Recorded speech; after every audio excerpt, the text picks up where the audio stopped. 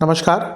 ग्रहों की गोचरीय स्थिति पर रेगुलर वीडियो पाने के लिए साप्ताहिक राशिफल, मासिक राशिफल, त्रैमासिक राशिफल और ग्रहों के बाकी गोचर पर भी रेगुलर अपडेट्स पाने के लिए, जिसके हिसाब से आप अपने जीवन में थोड़ी गाइडेंस प्राप्त कर सकें, इसके लिए मेरे चैनल को अवश्य सब्सक्राइब करें।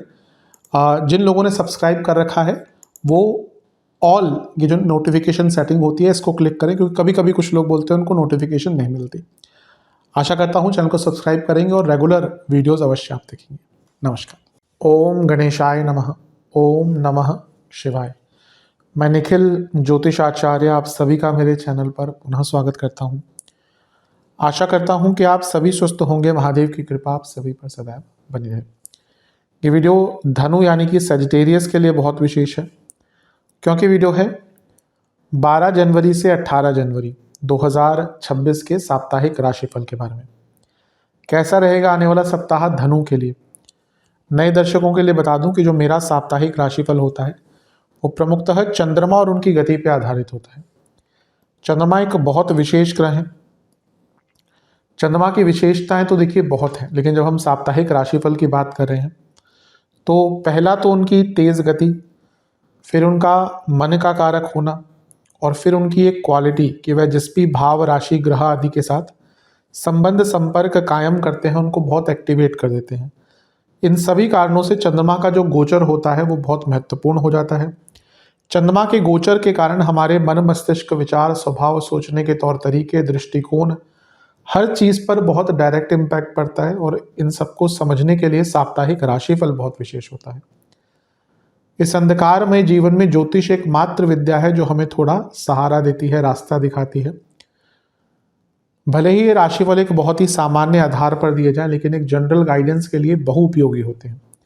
यदि आपकी लग्न राशि या चंद्र राशि धनु है, दोनों ही गाइडेंस के लिए इस राशिफल को देख सकते हैं। जहां से सूट और रिलेट ज़्यादा करता है आपको वहां से देखिए। व्यक्तिगत तौर पर मेरा मानना है लग्न से देखेंगे तो अच्छा है। इनकेस नहीं पता है तो चंद्र राशि से भी इसको देख सकते हैं। शुरू करते हैं। चंद्रमा आपके 11वें भाव यानी कि तुला में होंगे 12 जनवरी को, और 13 जनवरी शाम के 6 बजे तक यहीं पे गोचर करेंगे।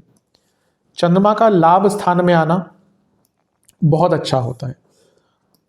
जैसे मैंने कहा कि चंद्रमा एक्टिवेट कर देते हैं, तो जब 11वें घर में जाएंगे तो 11वें भाव को बहुत एक्टिवेट कर देंगे और लाभ प्राप्ति के नए रास्ते आपके लिए खुलेंगे। काम बनेंगे, इच्छाएं पूरी होंगी, लाभ प्राप्त होगा, अटके हुए कार्य आराम से पूर्ण होंगे।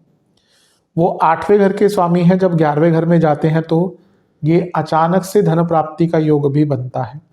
अचानक से नई संभावनाएं, नए मौके आपके लिए खुलेंगे। चंद्रमा पर गुरु की दृष्टि है जो लग्नेश भी है, लेकिन इस समय वक्री भी है। तो चंद्रमा क्योंकि 11वें घर में बैठे हैं तो ये कुछ अपनी मिस्टेक्स को सुधारने का, गलतियों को सुधारने का मौका भी आपको देंगे। और ये जो गुरु है ये चतुर्थ भाव के 4थे घर के स्वामी हैं। चंद्रमा लाभ स्थान में बैठे हैं। ये प्रॉपर्टी की वृद्धि यानी कि कोई प्रॉपर्टी आदि या कोई एसेट आप अपना बढ़ाना चाहते हैं उसका योग भी है।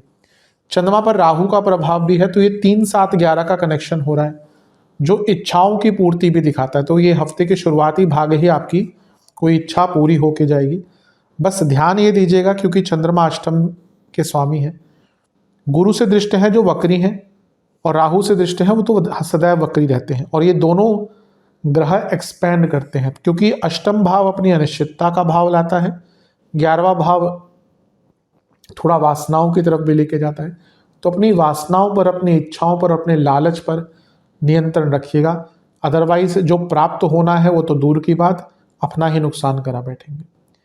नवांश कुंडली बता रही है कि कई ऐसे मौके जो हाथ से निकल गए थे वापस प्राप्त होंगे। दशांश कुंडली कार्य क्षेत्र में थोड़ा क्रिएटिव रही है, उसकी आवश्यकता दिख रही है। बिजनेस की जहां तक बात है थोड़ा कम्युनिकेशन और कनेक्शन पर काम करना पड़ेगा। जहां तक लव लाइफ की बात है, एक ही दिक्कत, एक ही परेशानी कि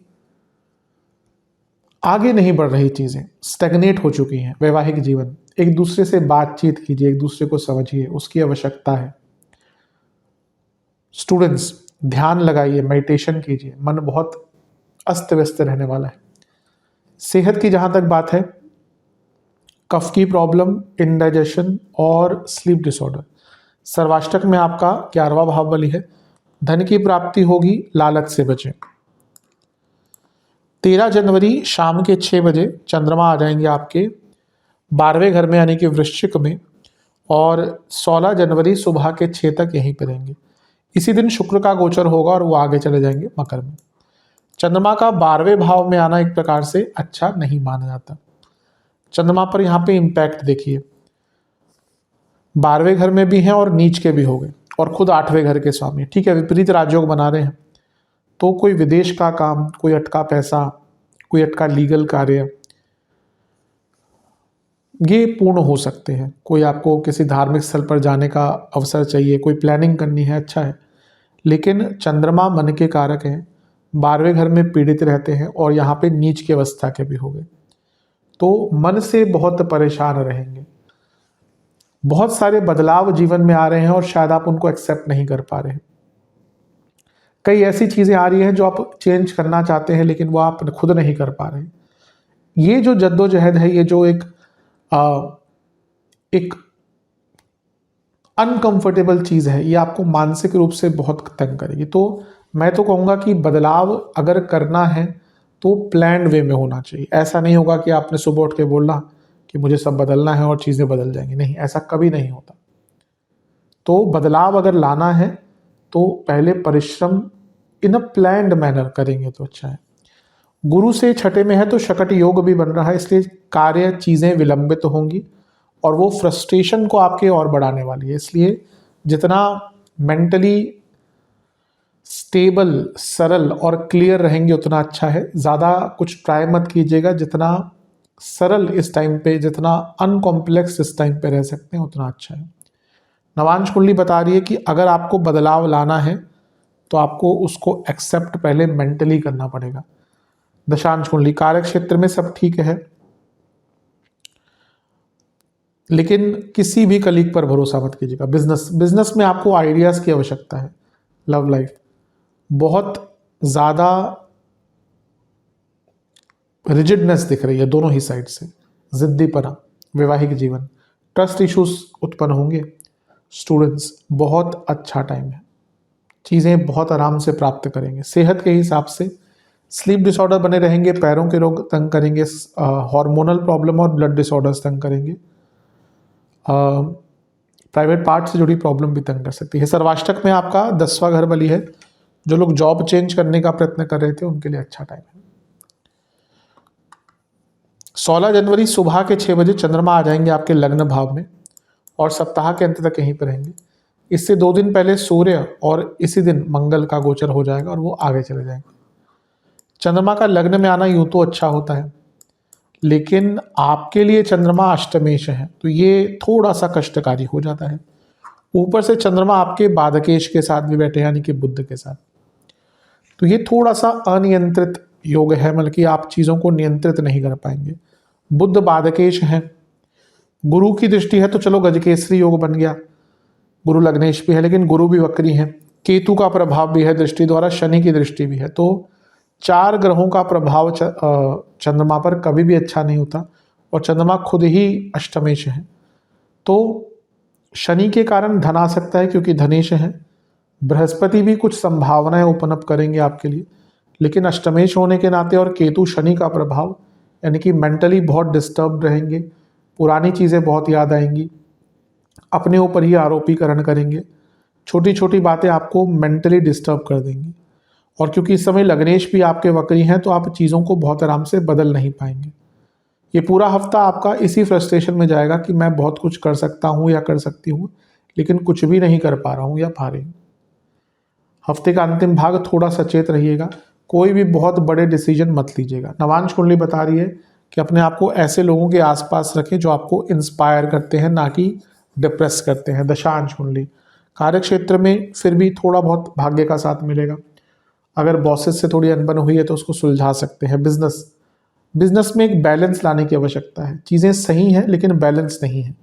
लव लाइफ बस प्रॉब्लम ही प्रॉब्लम है और प्रॉब्लम हमेशा ही रहेगी, इसलिए उसको ठीक करने का प्रयत्न कीजिए। वैवाहिक जीवन थोड़ा अपने ऊपर ध्यान दीजिए। कभी कभी हम इतने गिविंग हो जाते हैं कि हम खुद भूल जाते हैं कि हमें भी किसी चीज़ की आवश्यकता है। स्टूडेंट्स आप बहुत एडवेंचरस रहेंगे इस टाइम पे, कुछ भी बहुत अलग ना करें, वो आपको ही कष्ट दे के जाएगा। सेहत की जहाँ तक बात है, स्किन डिसऑर्डर, नसों की प्रॉब्लम, गॉल ब्लैडर किडनी की प्रॉब्लम और इन्फेक्शंस। सर्वाष्टक में आपका लाभ स्थानीय बली है। पूरा हफ्ता लाभ के लिए अच्छा है, लेकिन हफ्ते के मध्य भाग के बाद का टाइम मेंटली बहुत अच्छा नहीं है। उपाय के स्वरूप में दूध और गंगा जल मिलाकर शिवलिंग का अभिषेक करें और शिव चालीसा का 2 बार पाठ करें। आशा करता हूँ कि ये वीडियो आपके काम आएगी। चैनल पर नए हैं सब्सक्राइब कर लीजिए, वीडियो को लाइक कर लीजिए। मिलता हूँ आपसे अगली वीडियो में, तब तक के लिए ओम नमः शिवाय।